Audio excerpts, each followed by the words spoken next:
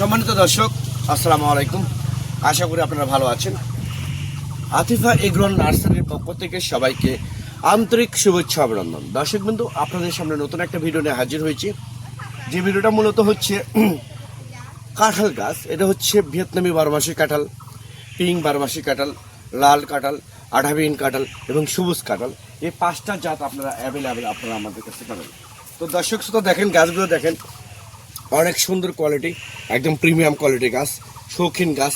তো এইরকম premium quality গাছ যদি আপনাদের ভালো লাগে থাকে তাহলে আর দেরি না করে স্ক্রিনে কন্ট্যাক্ট নাম্বার দেওয়া আছে, সেই নাম্বারটা ইমো করা আছে, হোয়াটসঅ্যাপ করা আছে।